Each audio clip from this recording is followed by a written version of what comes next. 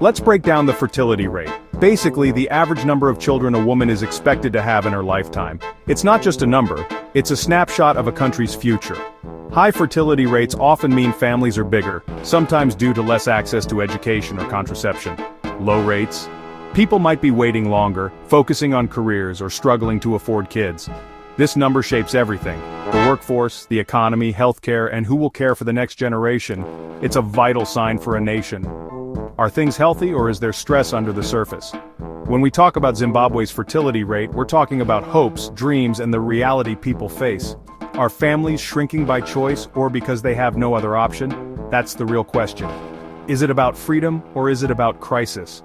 The fertility rate isn't just about babies, it's about the future of an entire country, and that's why you should care. Flashback to the 1980s. Zimbabwean women had, on average, 7 children. Big families were the norm, and the country was booming. Fast forward by the early 2000s, that number dropped to 4. Today, it's just over 3. That's a dramatic shift in a few decades. A real population cliff dive.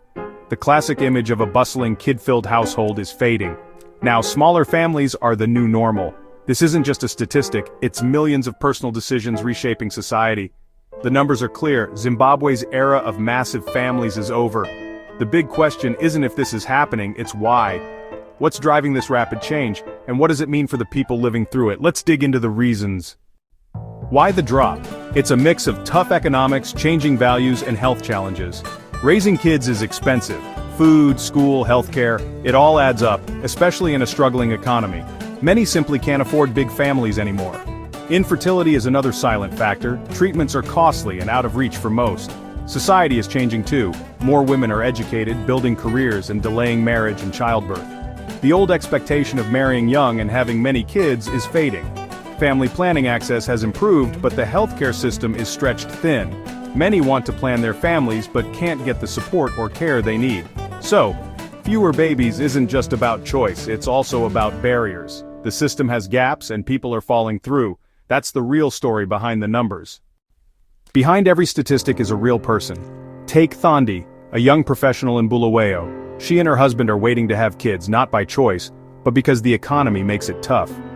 Experts like Dr. Esther Muya from the UNFPA say it's not about controlling numbers, but about giving people real choices. For some, infertility is the barrier. Treatments are expensive and out of reach, especially in rural areas.